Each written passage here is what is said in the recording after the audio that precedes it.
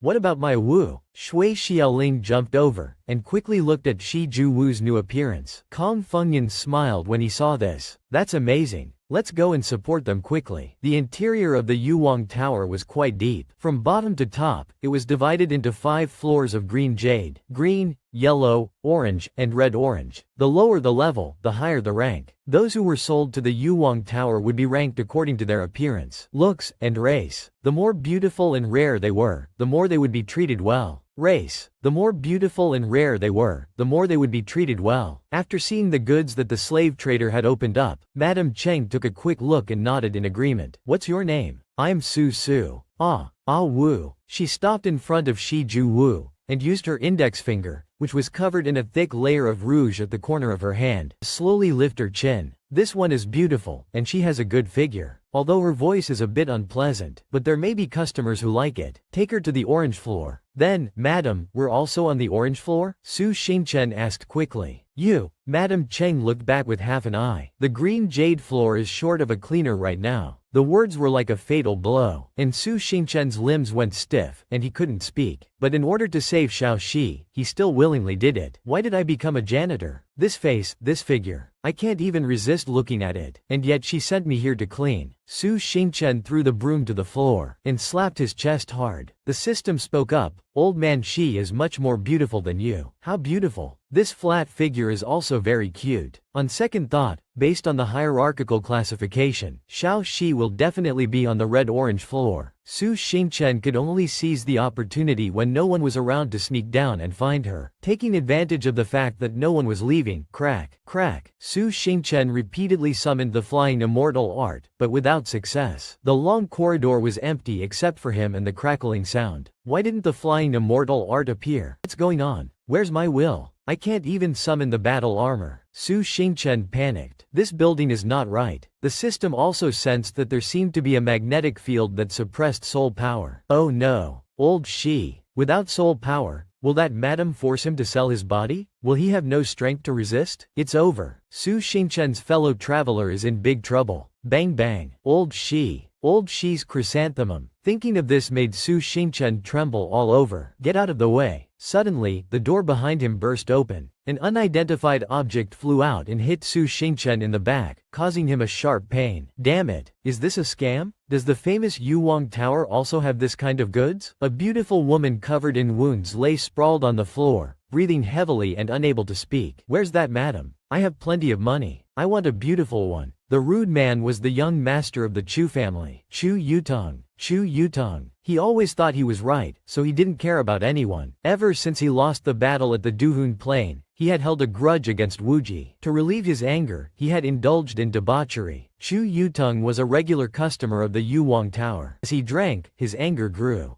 Damn Wuji. Damn Su Xingchen. And that Shi Ju Wu. He dared to humiliate me in front of so many people. Seeing that he seemed angry, the beautiful woman poured him a drink. Young Master Chu, don't be angry. Have another drink. It doesn't matter if you lose this time. There will still be chances in the future. Perhaps the beautiful woman's move was too wrong. She accidentally touched a sore spot. Chu Yutong clenched the wine glass in his hand and threw it aside. Who said I lost? This bitch. Do you dare to look down on me? 1, 2. The number of times the beautiful woman was beaten was endless. He just let loose and attacked, while she just lay there and took the beating. I lost to them? What do you know? A bunch of sluts. I will definitely not let them go. Get lost. Chu Yutong grabbed the beautiful woman by the hair and kicked her out. It just so happened that Su Xingchen was there, and he took the full brunt of it in the back. In pain and anger, Su Xingchen hugged his back and turned his head to see what was going on. Our eyes met, and we just wanted to hold each other for a long time. Just one look at Su Xingchen's beauty when he was disguised as a woman was enough to calm him down immediately. Chu Yutong wanted to monopolize him right away. Oh, this girl is good. No matter how much Su Xingchen struggled, he didn't care. You go in here. Guest. I'm just a janitor, I don't sell my body. That's even better. Chu Yutong threw Su Xingchen onto a nearby bed. Struggle all you want. That's what makes it interesting. I like a flat figure like yours. Let me see. How disgusting. Looking at his appearance, Su Xingchen wanted to jump up and slap him a few times. But life is not a dream. Oh no. He can use soul power. I can't resist him at all. Besides, I'm in the form of a girl, so my strength is not much. At times like this, I should still rely on the system. Brother Chang. The system appeared and hit Chu Yutong on the temple, causing him to fall to the ground. Damn it. Stay away from me. Unlucky. Why are you always being raped? Brother Chang. Fortunately, he appeared in time. Otherwise, Su Xingchen's life would have been ruined. He jumped up, rushed over, and hugged the system tightly. Seeing that Chu Yutong was still unconscious, Su Xingchen dared to approach him. What did you do to him? The system used the illusionary realm prop to hit him. At first, I wanted to simulate the past and the present, but without the support of the heavenly Tao. The effect was a little worse, but it was enough to make him lie down for a while. Thinking of this, Su Xingchen wondered why he could use soul power, but he couldn't. The system continued, he's a guest. Maybe he has something on him that can maintain his soul power. What? Let me find it. Su Xingchen tore open Chu Yutong's clothes and searched. Actually, there's no need to worry about soul power, and searched. Actually, there is no need to worry about soul power. If you can use props here, that means your card can be used too. Su Xingchen stopped and said nothing more, his eyes filled with calculations for his next move. Young Master Chu Yutong. I heard you wanted a cleaning girl. That unmistakable shrill voice. Madam Cheng is here. Su Xingchen quickly hid. No one answered, and the room was silent. Madam Cheng opened the door and entered. Young Master Chu? As soon as she saw him naked with only a few pieces of cloth covering him, she screamed. Someone. That cleaning girl has run away. Catch her immediately. A group of people appeared from nowhere, following the footprints on the floor and chasing after Su Xingchen.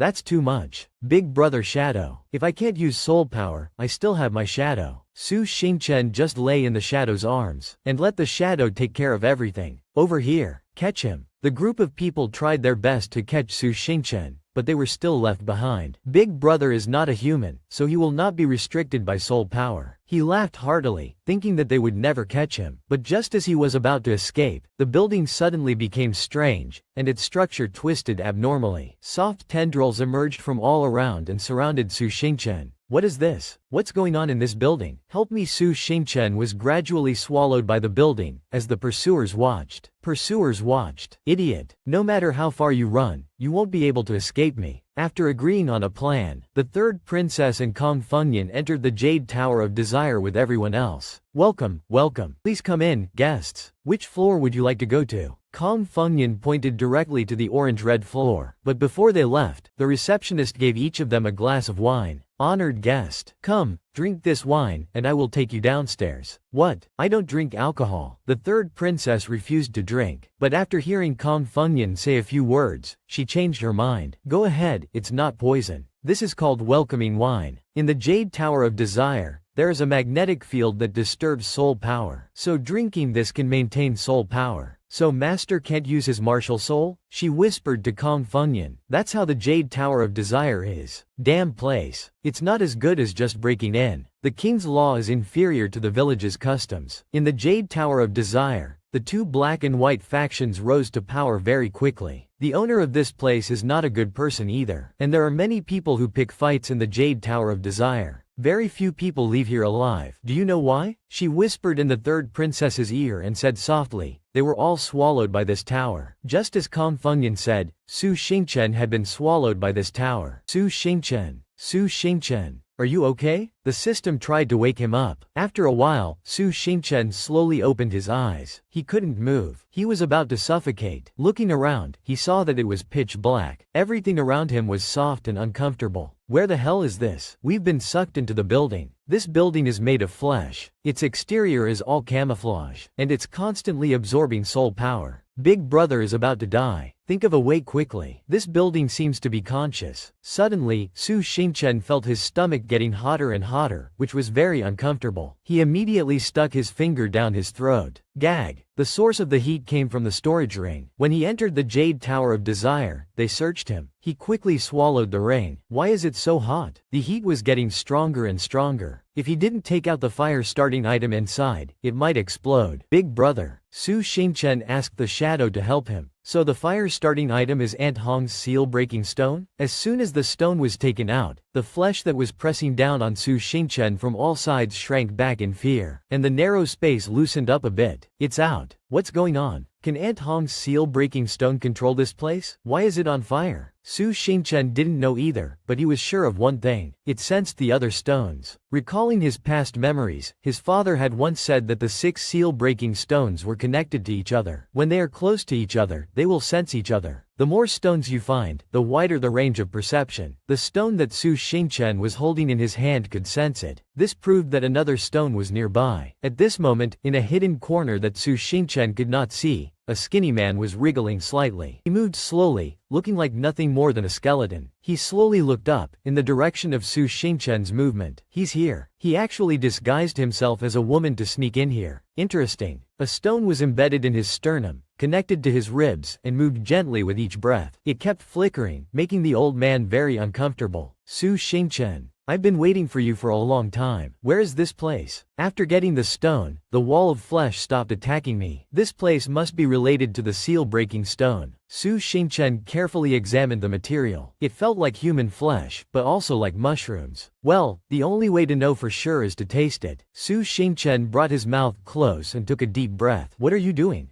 Don't taste everything you see. The system was startled and pulled his head away. I know. This taste, this familiar taste. It's the white ghost of Grandpa Yan Gui, Su Xingchen said with certainty. When he first transmigrated here, he was still a baby, and couldn't cook for himself. Grandpa was also a vegetarian, so there was basically nothing he could eat. TNG, poison bodhisattva, a gong, ant hong. Everyone had a headache over Su Xingchen's meals. He could only watch as Su Xingchen, who was hungry, cried and squirmed in his crib. The child suddenly stopped crying. Did he starve to death? He's been crying for 3 days since we picked him up. He's very strong. Think of a way. The child is about to starve to death. What can we do? We don't have anything that mortals can eat. Protecting him with soul power won't work either. It's better to die. If he lives, he'll be a burden. Get out of the way. Everyone get out of the way. The meat soup is here. Grandpa Yan Gui carried in a pot of hot soup. He carefully placed it on the table. What is this? Everyone stared at it. Where did the meat come from? I cut off the white ghost's meat. I stewed a leg. Can you eat white ghost meat? Don't kill the child. There's no other way. In this godforsaken place, this is the only thing that can save Su Xingchen. Life and death are up to fate. Feed him. A gong grabbed Su Xingchen's little legs and tipped his head upside down into the pot of hot meat soup. Don't stick his head in like that. Is that how you feed him? No matter what Grandpa Yan Gui said, a gong kept it the same. It all went into his mouth anyway. Thinking back, the greasy feeling in his throat, the bitter and sour taste, were deeply etched in Su Xingchen's mind. Before he could fend for himself, he relied on it to survive almost every day's mind. Before he could fend for himself, he relied on it to survive almost every day. There's no mistaking it. One bite and I wanted to vomit. White ghost, of Grandpa White Ghost. After saying that, Su Xingchen vomited up green bile. Seeing his miserable appearance, the system felt sorry for him. It's not easy for you to live. Well, that's all in the past, so let's put it aside. He still remembered very clearly that although white ghost meat was hard to swallow, its appearance was not too bad. Why is this white ghost so pitch black? What is a white ghost anyway? A white ghost is a type of ghost that is refined from the flesh of 10,000-year-old Lingzi mushrooms. It has no fixed form, can devour and transform everything, and is constantly growing. But the one on Mount Dala was only half a person tall. This one, why is it as big as a building? And how did Grandpa Yan Gui's white ghost get here? Su Xingchen. The system shouted. Big brother found a path. Drink. Drink it all for me. If you don't get drunk, I'll reward you. His soul power was limited, so Shi Ju Wu could only do as he was told. Seeing that he didn't say anything, the old goat kept pushing wine towards him. Before he could even swallow, the old man was pouring the next glass into his mouth. Shi Ju Wu's hungry stomach growled, and he finally couldn't take it anymore and pushed him away. Senior brother, don't feed me anymore. I really can't drink alcohol. The beautiful woman next to him immediately stepped in to help. The guests are feeding me. Why are you only feeding her? But the old goat was as hot-tempered as ice cream, and pushed her away so hard that she fell backwards. What do you think you are? I want to feed her. The old man grabbed a Wu's chin. You won't drink? You don't respect me at all. You old bastard. He grabbed the hem of his clothes and ripped it off. Quadruple A. Shi Ju Wu screamed, help me. No one in the room dared to come to his rescue. Perhaps they had endured too much, and had witnessed such scenes too many times. If they intervened and it reached the ears of Madame Cheng, their lives would be over. Let go of old Shi. A wooden plank hit the old goat in the back of the head, causing him to roll to the ground. I will protect him. Brother Su. Shi Ju Wu was so happy he could cry. Fortunately, Su Xingchen arrived in time. If he had been a little later, a Wu's chrysanthemum would have been gone. Old Shi. Are you okay? He grabbed a Wu's hand and pulled him up. I'm fine. Fortunately, I didn't let a Ling come. It would have been too terrifying. This is too much. I basically had no strength to resist. As he spoke, a Wu shook his pair of peach buttocks, which Su Xingchen wanted but couldn't have. I'm so jealous. That's what Su Xingchen thought at that moment. That's right, brother Su. Shi Ju Wu leaned close to Su Xingchen's ear, and whispered as if he had a secret to tell. I've discovered a secret. Soul power can't be used here. What a great discovery. Thank you. A Wu was being so secretive that Su Xingchen thought it was something really important. He had known about this for a long time. Don't talk nonsense. Time is of the essence. I'll get you out of here. Let's go find Xiao Shi. Wait. A girl's voice called out, causing Su Xingchen and Shi Ju Wu to look back. You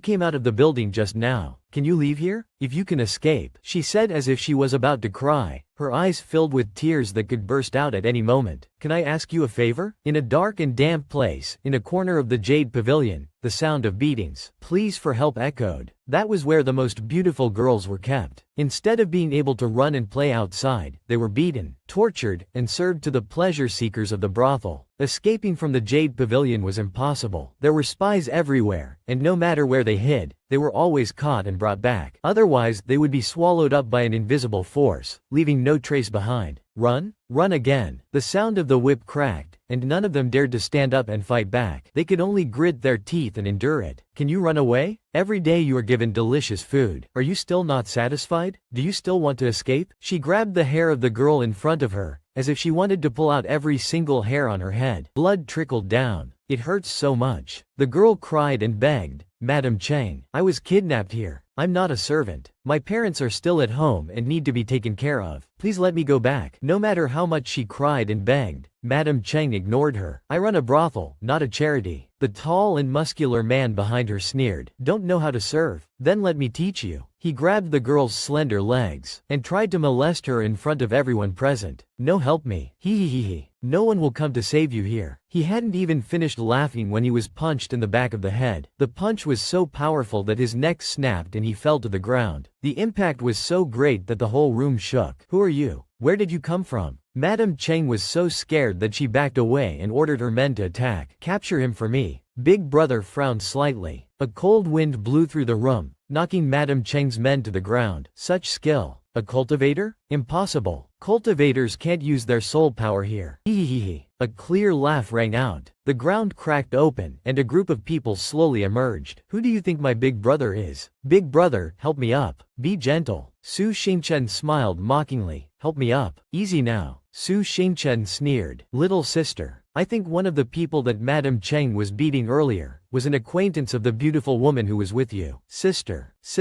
It's the girl who was grabbed by the hair earlier. The two of them hugged each other and cried. Is this your younger sister? Su Xingchen asked. Yes. We are both from West City. I was kidnapped here a year ago. I accepted my fate. But the day before yesterday, I saw my younger sister being kidnapped here too. If it weren't for the help of this benefactor, I wouldn't have been able to protect her. Thank you, benefactor. The two sisters knelt down and thanked Su Xingchen. Speaking of which, I'm also indignant for you. The two of you were kidnapped to the same place. The traffickers here are really crazy. Let me go. Madam Cheng didn't want to be tied up like this. She struggled with all her might. And how could Big Brother Shadow let her escape? You little housemaid. Madam Cheng used all her facial muscles to scream at Su Xingchen and the others. Who the hell are you people? How dare you cause trouble in the Jade Pavilion? What a shrill and bitchy voice. Perhaps her backer is very powerful. Do you know who the owner of the Jade Pavilion is? You're dead meat. Su Xingchen showed his contempt. I don't care who he is, but he has captured my fox. Where is Di Yanhu? Where is she being held? On the way here, Su Xingchen asked his big brother's golden eyes to see through the structure of the surrounding rooms. Even if he strained his eyes, he couldn't find it. He searched every room and nook and cranny, and although he found old Shi, he still couldn't find Xiao Shi anywhere. Perhaps she was far away from this place. Oh, Madam Cheng smiled wickedly. So you want to take that Di Yanhu away? Dream on. She smiled creepily. She is the pavilion master's personal property. Personal property? Su Xingchen didn't believe it. Xiao Shi is my disciple. No one can take her without my permission. What do you mean, the pavilion master's personal property? He grabbed Madam Cheng by the collar and lifted her up. Tell me clearly. Madam Cheng smiled broadly. That Di Yanhu has become the pavilion master's slave. Idiot. You can't save her. What good is soul power? Do you think you can fight the pavilion master alone? Ha ha ha. This building is the incarnation of the pavilion master. You. How disgusting. Su Xingchen didn't want to listen to Madam Cheng anymore. He threw her head straight into the wall. Su Xingchen was furious. His blood was boiling. It's too noisy. Old Shi, let's go. We'll find Xiao Shi. Brother Su. Shi Ju Wu pulled him back and looked in one direction. What about these girls? They were silent, their eyes filled with sadness as they looked at him without blinking. The red and orange floors of the Jade Pavilion. Guests, please drink. The sound of glasses clinking together. Get lost. Lan Kui knocked the wine glass away, angrily stepping back. How dare you provoke me? I'm not interested in women. Don't touch me. No matter where she went, she was surrounded by beautiful women. The third princess's face was filled with disgust. In contrast to Princess Lan Kui's attitude, Kong Feng Yin calmly took a sip of wine, savoring the delicious food on the table. Don't be so disgusted. People are already eyeing you as their target. Those words made the third princess even more furious. Are you here to play or to save people? Really, what's wrong with Master? Lan Kui thought to herself, too angry to speak. Didn't you say that you would contact me after entering? Why haven't I heard anything from you until now? Follow me closely. One by one, they formed a long line, carefully weaving through the narrow and dark tunnels. No one dared to stop, not wanting to be left behind. The girls trusted Su Xingchen completely, no matter where he led them, as long as it wasn't that dark room. The system didn't know where Su Xingchen was taking them. Do you want to escape with them? Yes. I can't leave them behind. This white ghost won't attack me and my big brother. And if they follow us, they won't be caught and taken back. Take them to the princess first. The people from West City might have a way. The white ghost was created by my grandfather, Yan Gui. It has all the attributes and can purify everything. I am his heir. I am the only one who can control the white ghost. But I can't use my soul power here. And I can't even sense the ghost core, let alone control it. Madame Cheng said earlier that this building is the incarnation of the Pavilion Master. So is this building completely controlled by the Pavilion Master? Ghosts can recognize their masters. He must have used some kind of trick. Big Brother Shadow suddenly stopped, causing Su Xingchen's face to hit his back. Seeing that he was just standing there, Su Xingchen patted Big Brother's butt a few times as a reminder. Let's go, Big Brother. Why did you stop? He moved to the side to reveal a cave ahead with a talisman blocking the way.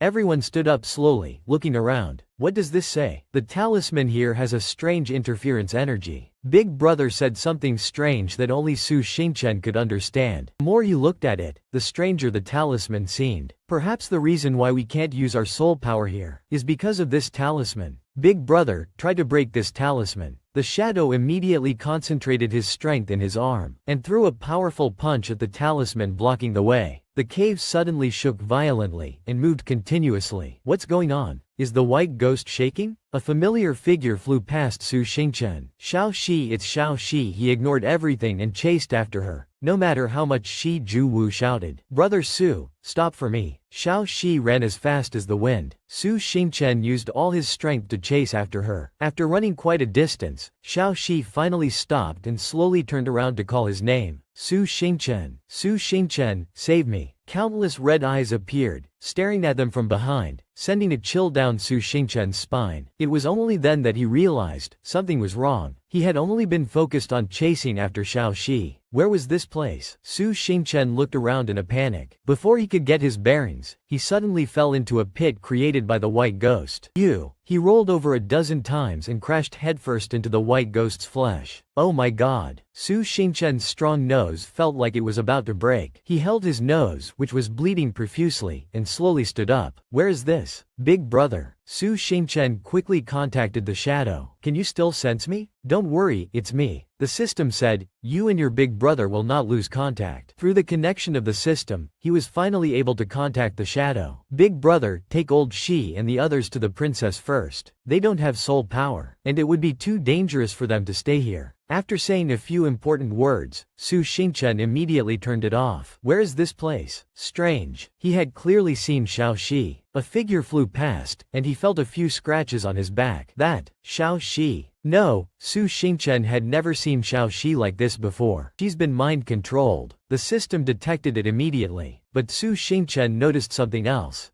What are you wearing? Your tail is about to show. Cover it up for me. Is this really the time to be talking about this? She obviously led you here on purpose. She can use soul power. You're no match for her right now. Because his soul power was restricted, Su Xingchen could only dodge Xiao Zai's attacks. What should I do? He desperately called out to the system. I can't call Big Brother now. Take this and defend yourself for now. The system threw out a grenade. The countdown of only a few seconds caused a huge shock. The system took out several smoke grenades and homemade grenades one after another. It said with satisfaction, don't kill Xiao Shi. Take care of yourself first. AAA. Xiao Shi escaped the explosion unscathed, and pounced on Su Xingchen, trying to scratch him. He pulled the pin and threw a smoke grenade, limiting her attack range, and it worked immediately. Su Xingchen pulled the pin of the next grenade and was about to throw it again when countless eyes turned to him. Their pupils narrowed to the size of pinholes, and a deep voice boomed from the white ghost's flesh. How interesting. You have such power without using soul power. Are these gadgets from your system? Su Xingchen. Something in the eye above Su Xingchen's head began to move. It pierced through the pupil and slowly fell to the ground. From an indistinct shape, it grew limbs after a few wriggling movements. His whole body looked like a mobile skeleton. He looked like he was about to die. But the most noticeable thing was the object attached to the center of his chest. It emitted a strange light that flowed into his ribs. Finally, we meet. Su Xingchen. His appearance terrified Su Xingchen. I am the pavilion master of the Jade Desire Pavilion, Lu Tungyun. Xiao Shi nodded and greeted him soullessly. What a disgusting way to appear. Did you turn Xiao Shi into this? Su Xingchen held the grenade tightly in his hand and took a few steps back. What do you want? Lu Tungyun smirked and said, you dare to come to the Jade Desire Pavilion without knowing anything? As soon as he finished speaking, the murderous aura that emanated from him grew thicker and thicker, frightening even the system. He asked cautiously, do you want my system? What do you mean? He looked at him and said, don't play dumb. Do you think we don't know anything? You've destroyed the system twice in a row, and this is no coincidence. Chang broke out in a cold sweat and said to him worriedly, this pavilion master is also a fake system. Why can't I feel anything? He stared in shock at the glowing stone on his chest, and he felt that the stone was resonating with Ant Hong's stone. He was sure that it was the stone that broke the seal of the human demon grandfather, and he wondered why the seal-breaking stone was with him. He knew that he was curious about the stone attached to his chest, and he said, it looks very scary, but it's the only thing that can keep me alive. Except for the chosen of the gods. Everyone's gadgets require life in exchange. You can't understand what it's like to have your body collapse in exchange for gadgets. In order to live, I can only merge with this demon flesh, but it also traps me here. That's why he can't go anywhere, and that's why he wants to take your system and make it work for him. But he can't just take it from you. He needs you to give it to him willingly. As he was talking, Xiao Shi, who was being controlled by him, suddenly charged at Su Xingchen. He was surprised, but he managed to dodge the attack by leaning back. He kept threatening him, saying that if he just handed over the system, he would make Xiao Shi wake up and leave the Jade Desire Pavilion safely. You don't want anything to happen to her, do you? Of course, he wasn't going to listen to his threats. He raised his hand and grabbed Xiao Zai's neck to absorb her soul power and stop her from causing trouble. He told him, you and Xiao Shi have an agreement. Our soul power is shared, so even if I can't use soul power, as long as I touch the soul seal, I can still absorb it. Xiao Shi quickly passed out from having her soul power drained. He held her in his arms and smiled proudly at him. Like this, you're out of tricks. He sneered at him and said, even if she's drained, she'll still be controlled when she wakes up. He said that everything here is under his control. Except for this flaming lake, there are still other people in this building. Don't you want them to die here with you? Then he ordered the demon flesh to attack him, but the tentacles seemed to be held back by something as they approached him. He wondered why, no matter how much he controlled it, the demon flesh avoided attacking him, just like before, which is why he couldn't catch him. Su Xingchen thought to himself, this white ghost has its own consciousness. It recognizes me. This guy has merged with the white ghost, so of course he has some control over it. What should I do now? Then he called out to the system for a gadget. Chang bro, smoke bomb. Pop. He looked back and saw that he was gone, and in his place was a white smoke. Suddenly, he appeared in front of him from the smoke. He said that this stone is closely related to the white ghost, and that as long as he gets the stone, he reached out to grab the stone on his chest, but the tentacles on his body wrapped around his hand. His hand was caught and he couldn't pull it out. He smiled sinisterly and said, you dare to touch my treasure. You really don't know your place. I suddenly had an idea. If I merge you with my body, won't your system recognize me as its master? After he finished speaking, he began to control the tentacles on his body to pull him in and make him a part of his flesh and blood. The tentacles went from his hand to his face and began to suck out his nutrients. No matter how much he resisted, he couldn't escape. Suddenly, he stopped and realized that what he saw while he was being controlled was the consciousness of the white ghost. Images of a group of strangers appeared in his mind, and the last image was of the young master of the Jade Desire Pavilion. Immediately after, the system's voice rang out. Su Xingchen, what happened to you just now? Why did you suddenly stop moving? He gasped and said, I saw the memories of the white ghost. Then he looked at him angrily and said, what's going on now? The system told him, halfway through, the white ghost stopped swallowing and began to resist his control. He's trying to control the white ghost now. He said, why don't you swallow him for me? Why don't you listen to me? Then he ordered the tentacles to attack Su Xingchen again.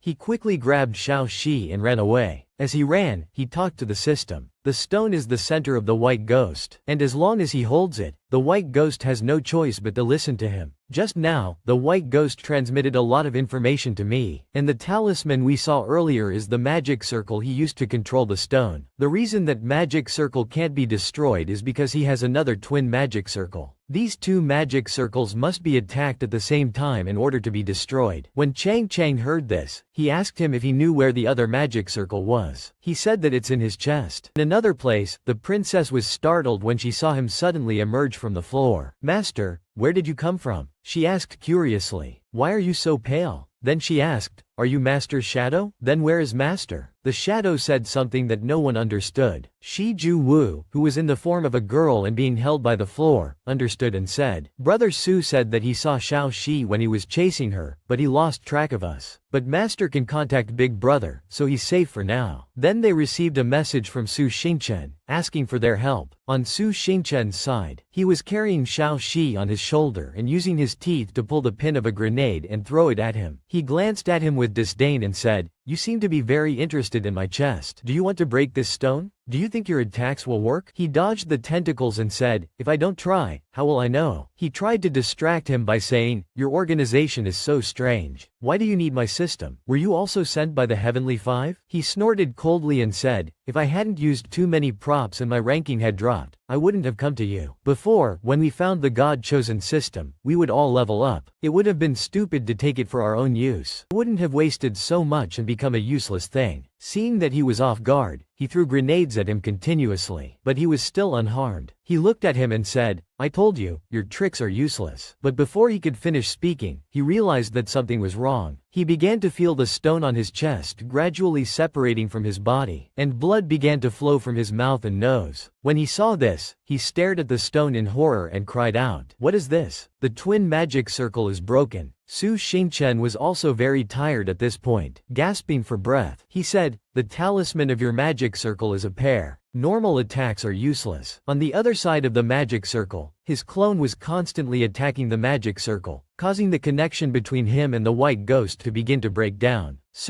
Causing the connection between him and the white ghost to begin to break down. Seeing that the opportunity had come, he quickly rushed forward and pulled the stone out of his chest. He screamed in pain, "Give me back my things." He no longer had the strength to fight back. He said that in order to scare him into stopping, "You fool! My connection to the stone is gone. This building will collapse immediately. You still have your friends in here. Do you want them to die here?" He said confidently to him, "Don't underestimate me. I've already told Big Brother to inform them. By now, they must have evacuated." Scene shifts to the Jade Desire Pavilion. The guests in the inn were all frightened when they felt the inn begin to shake violently. He said, "What's going on? Is it an earthquake?" Shui Xiaoling opened the doors to each room and told everyone not to panic. "Follow me." Although they were worried about what was happening, they still ran after her. A girl asked as she ran, "What happened here?" But no one knew. The master of the inn was not responding, and the madam and the courtesans were nowhere to be seen. But no one knew that the madam was being held captive in the basement and was too afraid to cry for help because her mouth was covered. "Now, all my father can do is pray to our ancestors for protection." After evacuating everyone, Hekan said, "We have to leave here quickly." The princess suddenly remembered her master. Shi Ju Wu said, "Big Brother has gone to help him." The building was gradually collapsing. The slimy things on the ceiling began to drip down, and then skeletons fell down right behind them. When they saw this, they were scared green. The princess stuttered in a cold sweat, "What is this?" Immediately after that, Kong Feng Yin grabbed her by the collar and dragged her away. "Don't worry about it. This building is starting to melt. Let's go." In the corridor, there were still people running in panic before the building collapsed. His clone finally found him and was doing his best to get the stone. The guests of the Jade Desire Pavilion were lucky to have just run outside when the building collapsed right before their eyes. Shi Ju Wu and the princess were the last to run out, but were knocked to the ground by the impact of the building collapsing. The crowd outside started to get restless. "He's out. Our young master is still not out." They were still in shock from the collapse of the Jade Desire Pavilion. All that came out of its ruins were human bones. After getting up, Shi Ju Wu was very worried because he hadn't seen Su Xingchen come out yet. Rustling from the rubble, Su Xingchen's clone finally carried him and Xiao Shi out unconscious. When they saw this, they immediately ran over to see what had happened. The princess exclaimed, "Why did he faint? Could it be that he was possessed by the enemy?" Shui Xiaoling confirmed, "It's obvious that he was suppressed by Xiao Shi. Then why don't you hurry up and exorcise me?" Suddenly, they were shocked to see Xiao Zai's arm tied around his neck. "Why don't you hurry up and exorcise him?" Suddenly, they were shocked to see that Xiao Zai's arm was tied around his neck. "My God, how can an arm be tied like this?" Then they laid the two of them on the ground. He was still holding the stone of the master of the Jade Desire Pavilion in his hand. Su Xingchen fainted, but he still held the blue stone that he had taken out of the other man's chest. Suddenly, he opened his eyes with a start and found that he was not wearing anything. He quickly raised his hand to cover himself. Then he saw someone running towards him and said in a panic, "Young city lord, there's someone outside who says he's your friend. This guy is making a clay figurine." He turned and asked, "A friend?" Then he went outside, and as he walked, he said to the servant, "Why are you being so vague? I have a lot of friends. Go and see." And it seemed that neither of them saw him. He stood there looking at the clay figurine that he was making, and his face was covered in sweat. He followed him. As he walked, he assessed him. He was so young, although a little short, but handsome. When he saw the person who had come, he smiled and said, "So it's you, little boy. Why are you being so mysterious?" The person who had come was a young man who was covered from head to toe. What was strange was that he couldn't hear what he was saying. Then, the handsome man invited him into the house. "Why do you look so disheveled? Come in and talk." Looking at this person, he felt a sense of familiarity. When he entered the house, he took off his shirt to show the other man his wound. The handsome man asked him what had happened, and why his whole body was so rotten. After learning that it was due to a curse from the demon race, he was very surprised and asked, "A curse from the demon race? Can it erode both spirit and intellect?" Then, he reassured the other man, "The curse is too evil. Even at your level, it's eroding you so quickly. Don't worry, my father has a demon puppet that can dispel all the curses in the world. I'll dispel it for you tomorrow." Su Xingchen was still standing with his arms crossed, leaning against a pillar to listen to them talk. But suddenly, he felt a chill down his spine. A red aura surrounded the room. A cold voice rang out, "No, don't save him, don't save him." Su Xingchen, although he was invisible, was still surrounded by a red murderous aura, which frightened him greatly. He saw the scene before him. When the man removed the bandage, a red murderous aura emanated from his whole body, and it became thicker and thicker, enveloping the entire room. The young man, on the other hand, knelt on the ground in discomfort. He cried and trembled, his mouth and nose began to bleed, and his face also had the same mottled marks as the other man. He said, "This is not a demon curse, because a demon curse would not be so powerful. You lied to me." The man turned to look at him, but said nothing. He looked very scary. He had an impressive snake-shaped earring and yellow pupils. The handsome young man said, as he held the demon puppet in his hand, "This curse was created by humans. The higher its level, the more curses it can withstand after becoming a demon. My mother created this curse. With her level, she could withstand even an emperor-level curse. But this curse is thousands of times stronger than her endurance. This is an upper-level curse. The puppet in his hand has been damaged by the curse and is no longer effective." He knelt on the ground and said, "You have been cursed by the heavens. No one can withstand this curse. Why did you call me to dispel it? You." Then he coughed up blood. He thought to himself, even an emperor can't withstand this curse. So everyone he turned to look at his subordinates. He was horrified to see that they were also being eroded by the curse. They cried out in pain, "Young master, it hurts so much. What is this? Our bodies are being eaten away." They said, "Run away. At least you have to live." He held his head and cried, "I'm sorry." He suddenly realized that his father was standing in front of him. He cried, tears streaming down his face, "Father, I'm sorry. It's all my fault. The demon is broken. It's all my fault. I've harmed everyone." He used his injured hands to touch the broken puppet and cried, "What should I do? I'm so stupid." The father looked at his son with heartache and said, "We need a cursed demon to bear this curse for everyone. Otherwise, we will all die here. My level is higher. After I become a demon, I will be able to withstand more curses. Do you still remember how to create a cursed demon?" When he heard his father say this, his heart skipped a beat. He opened his eyes wide and looked at his father. His father stood up, picked up the demon puppet, and said, "You fool. In short, someone has to bear this sin. Master Su, "Master Su, wake up." He suddenly opened his eyes and saw Xiao Shi calling him to wake up. Her hand kept slapping his face. He felt the pain and sat up, crying out, "It hurts." Xiao Shi pointed at herself excitedly and said, "I told you that fanning your hand like this would work. I learned it from him." He held his swollen and painful face. The system asked him, "What happened just now?" He calmly thought about what had happened. At the last moment, the white demon collapsed, and his soul power was limited. "I used the golden pupil. I saw the desire to break free in the stone. Maybe it was because of the fate of the two stones. I saw more clearly. I also saw an acquaintance." Kwang Kwang asked, "An acquaintance?" He said, "The one with the snake-shaped earring. He has a very good relationship with the human demon grandfather. He is still at the Emperor realm. He tricked the human demon grandfather into helping him absorb the upper-level curse." Kwang Kwang asked, "What is an upper-level curse? Isn't that a curse from the heavens?" He frowned and said, "Who knows about that bastard? He tricked his friends into causing the entire northern plains to fall into chaos. Yan Hu and Ant Hong 80 were also tricked by this bastard. They are two fools." The system said to him, "This upper-level curse is at least 500 years old. Does the heavens will of this world still exist? What happened to the snake-shaped earring?" An emperor-level expert should not be unknown. He wondered why all the news related to the snake-shaped earring had been deliberately erased. So he didn't know what that person had said. He said, "On Mount Dala, the old men often stammered about their past. Now that I think about it, maybe it's not that they didn't want to talk. If even the news can be erased, then how does the other party exist?" The system couldn't help but wonder, how is that possible? Who is that snake-shaped earring? At this time, the princess said nervously, "If you ask me, I don't know either." Then she called him over to ask him how to deal with the girls in the Jade Tower. One of the girls said, "I was sold here when I was 9 years old. Now that the building has collapsed, I don't know what to do. Do we have to go to another building?" Another girl gritted her teeth and said, "I don't want to do this anymore." He looked at their pitiful appearance and didn't know what to do. Suddenly, the system appeared and said, "This is not easy to solve." After collecting everything, before it could finish speaking, he folded it in half and stopped it from continuing. This time, a girl turned to the princess and begged, "Benefactor, please take us with you." Saying that, she rushed over and hugged her, causing her to cry out in panic because she didn't know how to deal with it. She shouted, "Why are you clinging to me?" Another girl pleaded softly, "You look like you were born into wealth. Please help us. We really have nowhere else to go." He thought about the ruins of the Jade Tower and thought to himself, "There is no light here. I can't arrange for so many people to work in the fields." Kwang Kwang saw that he was lost in thought and guessed that he was thinking about arranging for them to work in the fields. He angrily grew hands and hit him on the head. Then he said, "Sisters, I have an idea. Do you want to hear it?" The scene switches to the Divine Kingdom. At this time, the door opens and Sanchinwu steps in. He walks in and bows. He respectfully says, "Venerable One, that person is the mysterious person with the snake-shaped earring that Su Xingchen mentioned. He said that Lu Tungyun's system has disappeared. This is the third time the system has disappeared." That person is still kneeling on the floor and saying, "This time, it is definitely not a coincidence. Congratulations." He looks up to the sky and says, "You can't stop me. Heaven's will, after 5 years, I have finally found the key to break the deadlock. Keep an eye on Su Xingchen.